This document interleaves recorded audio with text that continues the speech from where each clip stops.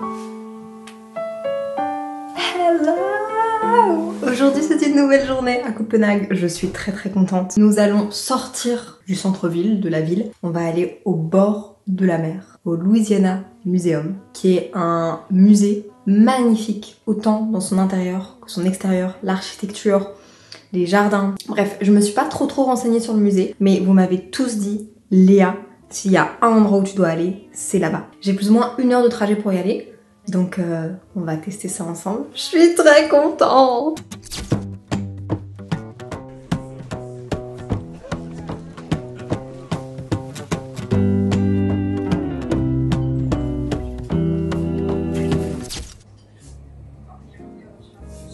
Vous savez quoi?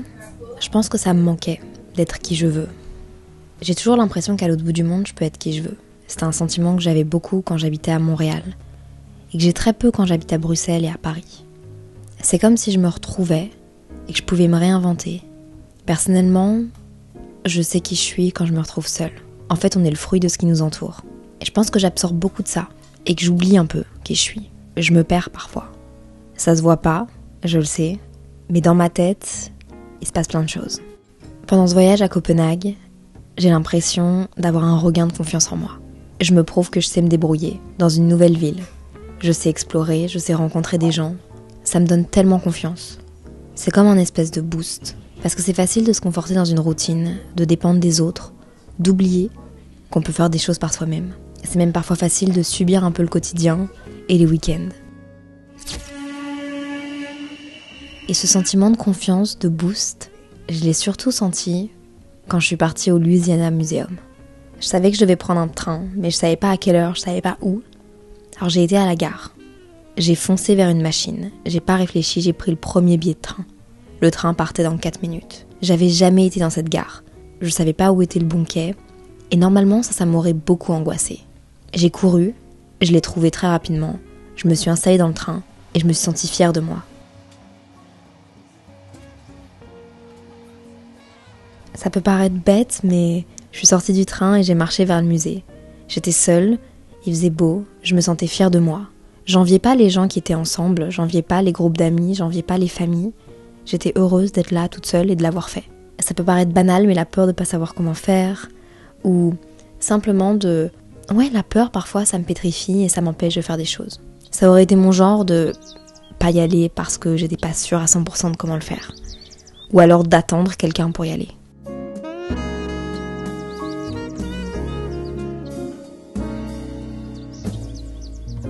C'est tellement beau, je suis speechless, c'est vraiment le plus beau musée que j'ai fait.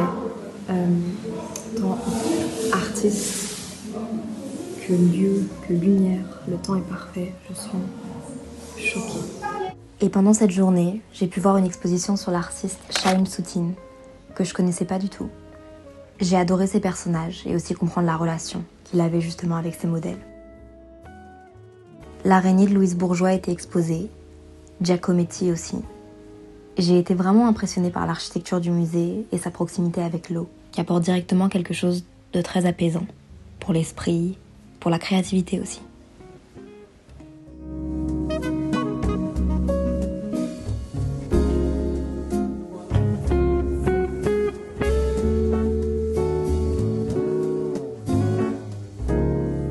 J'y ai passé 5 heures. Je regrette pas du tout.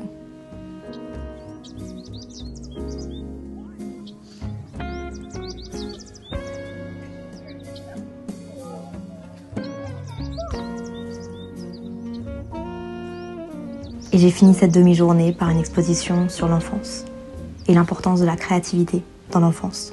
Il y avait un peu de psychologie, beaucoup de décryptage de certains de leurs dessins. C'était hyper intéressant.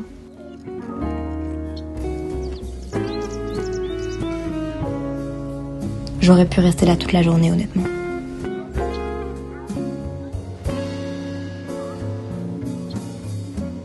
Je sais pas comment expliquer, mais après cette journée au musée, j'étais lessivée, très fatiguée, mais apaisée, détendue, et un sentiment de rempli, full. Ça faisait longtemps que je m'étais plus sentie comme ça.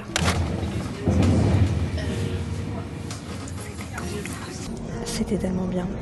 j'ose pas parler fort parce que je suis dans le train et je veux pas déranger les gens. Je recommande à tout le monde. En plus, il faisait du soleil, c'était la plus belle journée.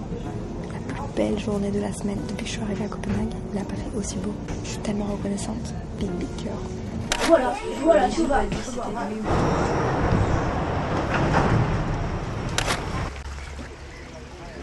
Parmi les musées que j'ai fait, j'ai aussi été au Musée national de l'art du Danemark. À vrai dire, je voulais surtout y aller pour la cafétéria.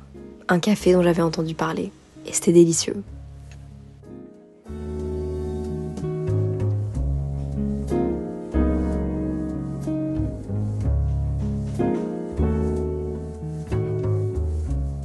Le musée était chouette, mais sans plus.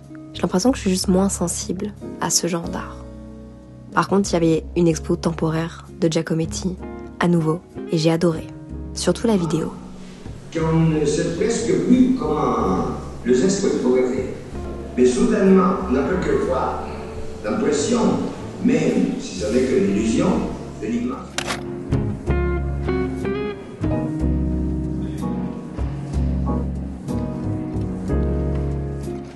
Après ça, je me suis dirigée vers le food market. C'est un de mes highlights du séjour. Je vais pas vous mentir, j'ai un peu du mal avec le fait d'aller au restaurant seul. Mais je trouve que ça se prête bien d'aller à un food market en mode solo.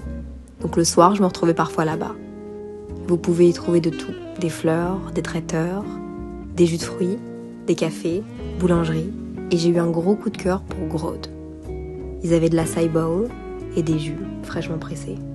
J'étais au paradis. J'y suis allée plusieurs fois. Et je me sentais vraiment bien. J'aime beaucoup. En parlant de nourriture, dans la semaine, j'ai aussi été me balader vers Indrebai. Et j'en ai profité pour m'arrêter à l'Apothèque 57. Je peux pas ne pas vous en parler. C'était juste somptueux. De l'endroit à la nourriture. Cette gaufre salée, avec un œuf poché et un coulis de crème aux herbes, était divine. J'ai pas pris de café. Et c'est dur de trouver un endroit avec un aussi bon café que la nourriture ou inversement. J'en avais déjà bu un, donc c'est ok. Et d'ailleurs, je vous prépare une vidéo réservée au coffee shop de Copenhague. J'ai très hâte. Ensuite, je suis rentrée. Il était l'heure.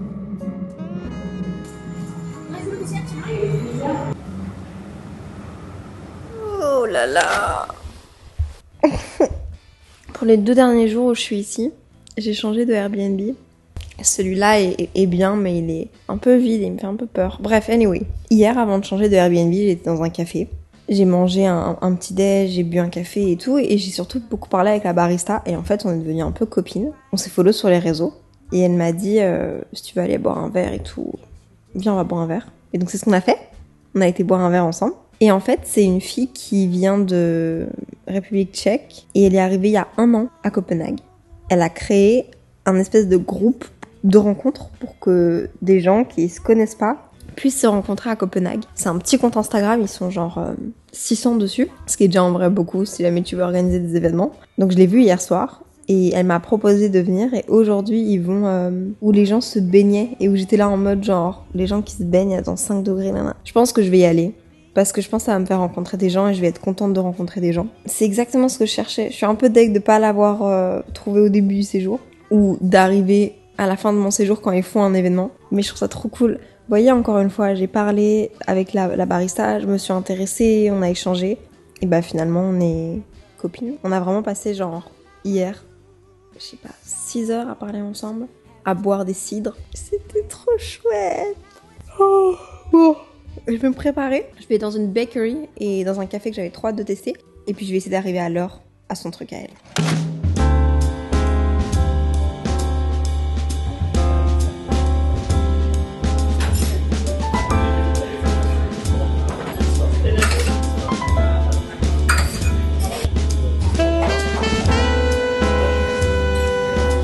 It's not my favorite. Je sais pas pourquoi, je le sens un peu ferreux. Parfois c'est juste genre un grain qui fuck tout le café. Généralement le samedi, je suis toujours un peu déçue des services dans les cafés. Non pas que les cafés sont mauvais ou que le service est mauvais.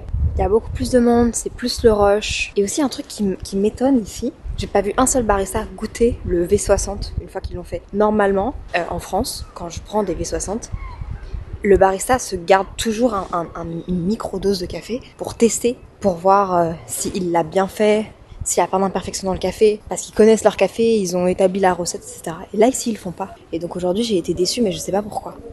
Je saurais pas vous dire, mais j'ai pas été transcendée par le café. Je trouvais qu'il avait un petit arrière-goût de fer. Ouais, je suis déçue. Mais en même temps, ça veut pas dire que c'est un mauvais café. Au contraire, ça avait l'air super bon. Ils avaient du bon café, ils avaient des bonnes marques. Mais pas vécu l'expérience à laquelle je m'attendais. Peut-être que j'avais trop d'expectations. Bref, anyway, je reviendrai le jour où je reviendrai à Copenhague. On fera un plus gros crash test. Le moment tant attendu est arrivé. Après 15 minutes d'attente, j'ai enfin la chance de découvrir Anderson et Maillard. Tout le monde m'a recommandé cette boulangerie. J'avoue que j'ai essayé d'y aller la veille, mais il n'y avait plus rien. Je suis revenue bredouille, donc j'ai retenté ma chance en matinée. Et là, c'était le paradis. Il était 10h, il y avait déjà des choses out of stock. Mais je vous préviens, c'est les plus belles pâtisseries que j'ai vues de toute ma vie. Je vous fais un petit crash test. Je suis trop surexcitée. J'ai pris deux trucs. Un expresso croissant. Et ça, c'est genre un croissant en cube. Look at this. Look at this. I'm super excited. Enfin, j'ai pris les deux en portée. Il y en a un que je vais manger plus tard. Je crois que c'est un expresso croissant cube avec aussi genre des fèves de tonka dedans. J'étais pas tant pâtisserie avant de venir à Copenhague. Mais c'est des boulangeries qui sont probablement les meilleures du monde. C'est hyper surprenant. La crème est blanche, mais elle goûte l'expresso, mais genre l'expresso sucré, genre comme on pourrait s'attendre d'une crème. Faut que je vienne à Copenhague pour goûter les meilleures pâtisseries de ma vie. Alors c'est la crème de café. Oh, mon père pètera un câble. J'ai jamais mangé un truc aussi bon. Ensuite, j'ai rejoint Adela et le groupe de filles qu'elle a réuni. C'était vraiment beau de voir des inconnus venus des 4 coins du monde et réunis un samedi matin autour d'un café à discuter comme de vieilles amies. On n'aurait même pas dit qu'elles faisaient connaissance, on aurait dit qu'elles se connaissaient depuis toujours.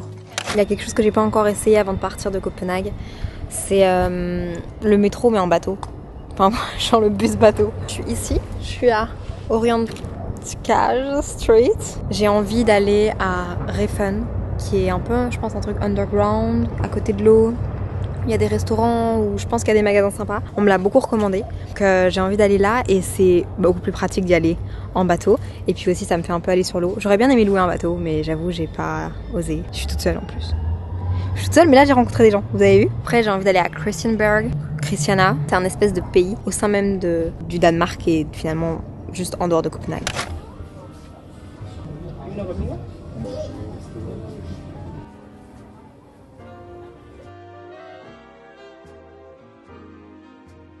Les gars, c'est des maisons d'étudiantes. Je vous jure, j'ai regardé sur internet et c'est des maisons d'étudiants. Genre il y a les boîtes aux lettres là, c'est incroyable. Arrivée à Refn, je me suis directement posée à Lille Bakery. C'est une boulangerie exceptionnelle, pour pas changer, tant dans le cadre que dans les ingrédients utilisés. Perso, j'ai pris une focaccia, pommes de terre mauve, oignons, ricotta, huile d'olive. Autant vous dire que c'était la meilleure focaccia de ma vie. Puis j'ai été me balader au food market, un endroit au bord de l'eau, avec du sable et une multitude de petits restaurants. Honnêtement, je me vois vraiment bien le week-end avec mon groupe de copines, traîner là-bas, passer des soirées à chiller et à parler. Ce serait vraiment un cool spot. Et j'en ai également profité pour faire un tour au Centre d'art international de Copenhague. En parlant de musée, j'ai toujours associé les musées à quelque chose de très scolaire. La culture aussi. Je pense que j'en ai fait un rejet complet. Jusqu'à il y a 1 an et demi. Je pense que j'aimais vraiment pas. Je prenais pas de plaisir.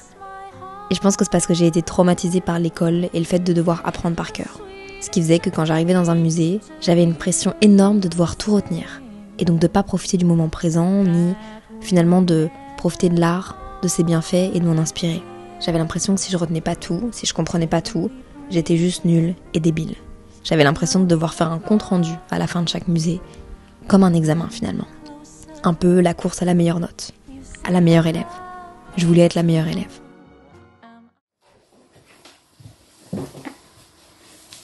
Je tiens à dire que ce sont mes dernières heures à Copenhague.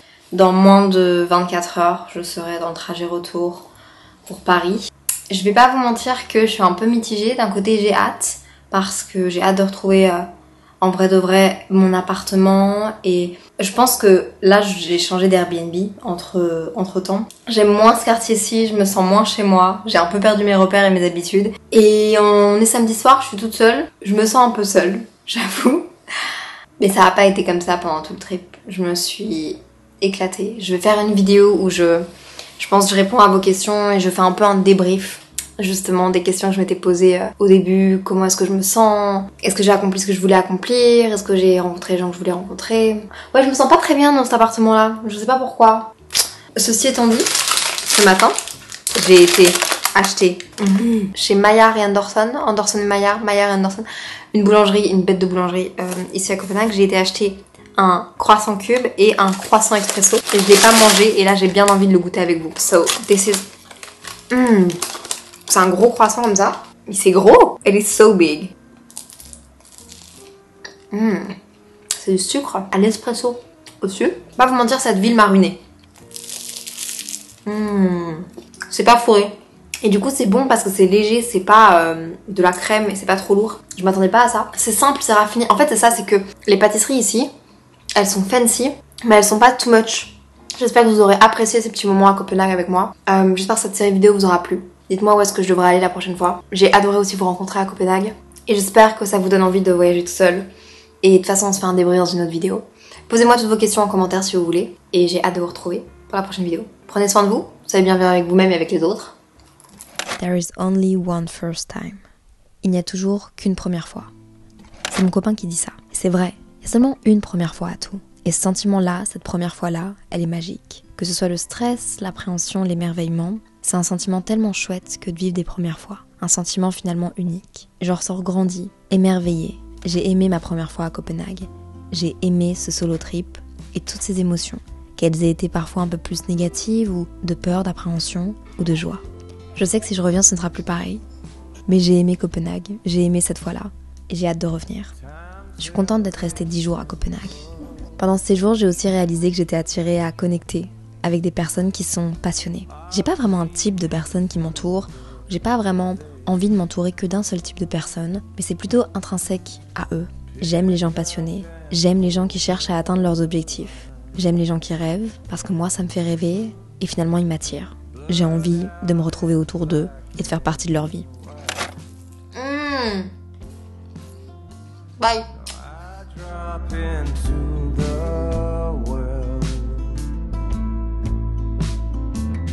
Search for some truth to say.